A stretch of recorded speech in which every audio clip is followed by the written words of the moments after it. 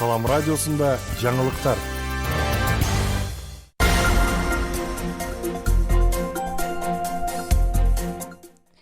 Саламатсыздарбы? Баткенден салам. Кезектеги жаңылыктар түрмөгүн мен Айжамал Амирова алып барам. Алгач жаңылыктардан кыскача анонс. Камбарата 1 ГЭСинин курулушу башталды. Ур токмокко алынган жоокердин иши боюнча кылмыш иши козголду.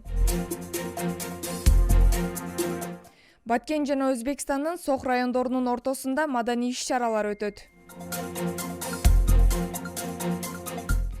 Баткендин ак өрүгү Россияга экспорттолууда.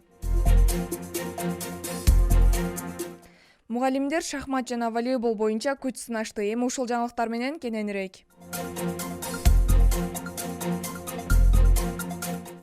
Камбарата 1 ГЭСинин курулушу башталды. Президент Садыр Жапаров бүгүн 8-июнда Жалал Абад облусундагы Камбарата ГЭС-1 курулушунун башталышына старт берди. Бул долбоордун ишке ашуусу менен республиканын калкын кыш мезгилинде энергия менен камсыздоо маселелери чечилет. Келечекте өлкөдө электр энергиясын керектөөнүн өсүшү канааттандырылат жана Каса 1000 долбоорунун алкагында экспорттук потенциал камсыз кылынат.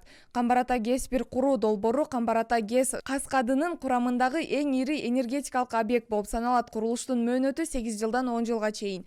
ГЭСтин биринчи гидроагрегатынын ишке киргизүү туруктуу каржылоо болгон шартта 4 жыл деп белгиленет маалыматта.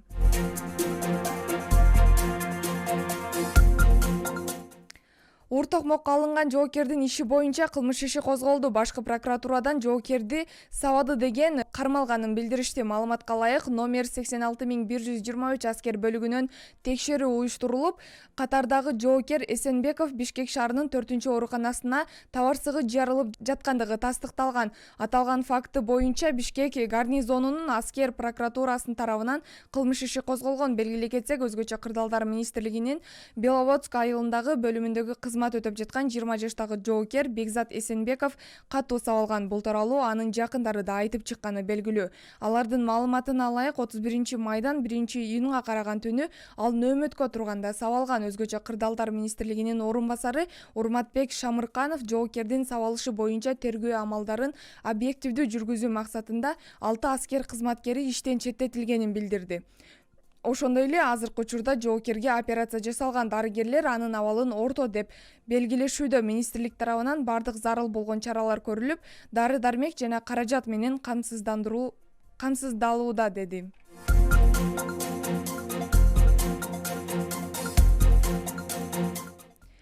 Баткен жана Өзбекстандын Сох райондорунун ортосунда маданий иш-чаралар өтөт. Баткен районунун акими Учкунбек Жорабаев баштаган жетекчилер Өзбек Республикасынын Сох районунун акими Саид Бахрам Саид Мусаевдин атайын чакыруусу менен Сох балдардын ден соолугун чыңдоо комплексин ачылуу аземине катышты. Бул тууралуу Баткен райондук мамлекеттик администрациясынын басма сөз кызматы маалымдады. Аким Учкунбек Жорабаев аземде Сох районунун тургундарына аталган комплексин ачылуу аземи менен куттуктады. Ошондой эле бир туган эки элдин кылым карыткан алакасына кошуналык мамилесине токтолду. Баткен жана Сох райондорунун жетекчилери алдыда кыргыз-өзбек элдеринин ортосунда ынтымакты достукту чыңдоо менен кошуналык карым-катнашты бекемдөө максатында маданий иш-чараларды өткөрүү жөнүндө сүйлөшүүсү деп айтылат маалыматта.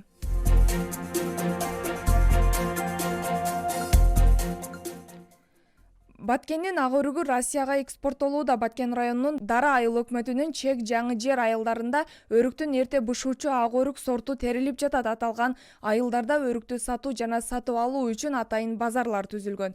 Учурда өрүктүн килограммы сортуна жана сапатына жараша 100 сомдон 200 сомго чейин сатылууда. Өрүктүн бул сортун кургатууга болбойт. Мындан улам өрүктү жеке ишкерлер аркылуу ар кайсы мамлекеттерге өз убагында экспорттолууга тийиш. Багбандардын быйылкы түшүмү негизинен Россияга экспорттолууда. Белгилей кетсек, район боюнча жалпы өрүк бактын аянты 3590 гектар. Баткен райондук мамлекеттик администрациясынын басма сөз кызматынын маалыматында жылына бул бактар орто эсеп менен 21540 тонна түшүм берет. Анын 5385 тоннасын багбандар кургатылган өрүк как катары жыйнап алышат.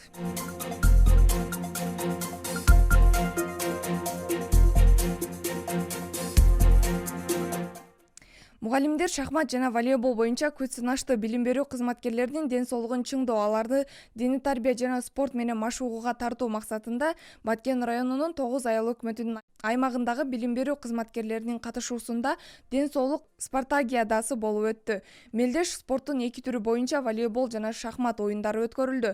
Бул иш-чарага 9 айыл өкмөтүнөн 9 команда катышты. Жыйынтыгында эркектер арасында өткөрүлгөн волейбол боюнча мелдеште Ормонов атындагы орто мектебинин мугалимдери жеңүүчү болду. Ал эми аялдар арасында өткөрүлгөн волейбол оюнунда Абдукаримов атындагы орто мектебинин мугалимдери 1-чи орунду камсыз кылды. Спорттун шахмат түрү боюнча 1-чи орунду Токтогул атындагы орто мектебинин мугалими Манас Каримов багындырды. Бул тууралуу Баткен райондук мамлекеттик администрациясынын басма сөз кызматы маалымдады. Сиздерди жаңылыктар түрмөгү менен мен Айжамал Амирова таныштырдым. Кайрадан эфир аркылуу амандашканча сак саламатта туруңуздар.